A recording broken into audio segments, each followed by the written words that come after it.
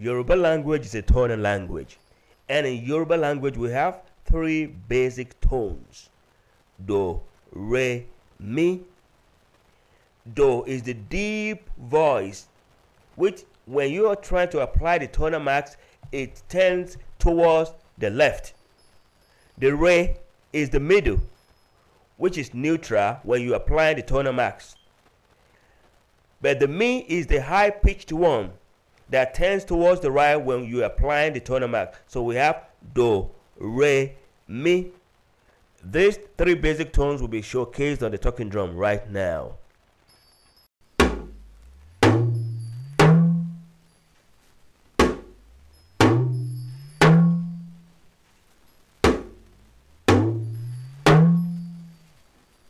Do, re, mi.